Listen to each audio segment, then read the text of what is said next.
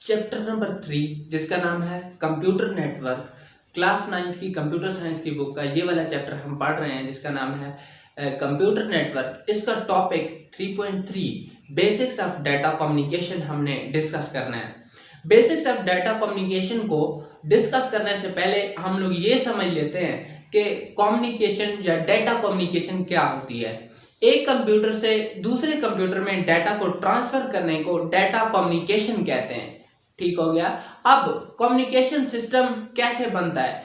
अगर हम एक नेटवर्क बना के एक कंप्यूटर से दूसरे कंप्यूटर को डाटा ट्रांसफर कर सकते हैं तो वो एक कम्युनिकेशन सिस्टम बन जाता है जिसके अंदर हम अपने इंफॉर्मेशन के जरिए से कम्युनिकेट कर सकते हैं किसी भी मीडियम के जरिए से। अब जो समझने वाली चीज है वो ये है कि कंपोनेंट्स ऑफ कम्युनिकेशन सिस्टम। इस कम्युनिकेशन सिस्टम जो हम बनाते हैं दो कंप्यूटर या दो से ज्यादा कंप्यूटर्स को कनेक्ट करने से, इसके कंपोनेंट्स क्या हैं? Components of a communication system. अच्छा डियर स्टूडेंट्स, ये जो टॉपिक आज मैं आपके साथ डिस्कस करने वाला हूं ये बहुत ही इजी टॉपिक है। आप इस लेक्चर को सुनने के बाद इस सारी चीज को, इस सारे components of a communication system को लर्न बाय हार्ट कर पाएंगे, मतलब आप जुबानी याद कर पाएंगे। तो सबसे पहले मैं आपको इसके जो पार्ट्स हैं, जो कंपोनेंट्स हैं, जो इसके हिस्से हैं कम्युनिकेशन सिस्टम के, मैं उनकी लिस्ट बताता हूं। इनमें सबसे पहला जो है सेंडर है, नंबर 2 रिसीवर है, नंबर 3 मैसेज है, नंबर 4 कम्युनिकेशन मीडियम है और नंबर 5 प्रोटोकॉल है। इन सब में से एक एक करके डिस्कस करते हैं और इनको समझते हैं और इजी सी डेफिनेशन भी मैं आपको बताऊंगा। अब सेंडर है सबसे पहले, तो सेंडर वो डिवाइस होती है जो कि डाटा को या मैसेज को या इंफॉर्मेशन को सेंड करती है किसी दूसरी कंप्यूटर की तरफ, किसी दूसरी डिवाइस की तरफ जो कि नेटवर्क के अंदर मौजूद होती है।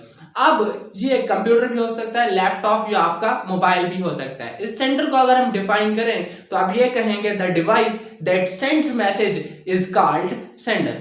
अब एग्जांपल की हेडिंग दे के आप नीचे लिखेंगे कंप्यूटर।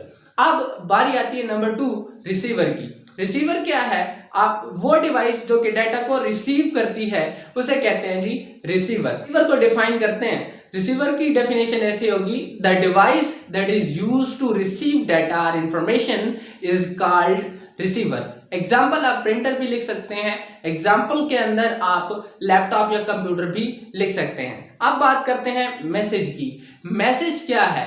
वो डाटा, वो इंफॉर्मेशन जो हम ट्रांसफर करते हैं कम्युनिकेशन बनाने के लिए, वो उसे मैसेज कहते हैं। अब हम इसको अगर डिफाइन करें तो डेफिनेशन इसकी कुछ यूं होगी, the data to be transmitted is called message.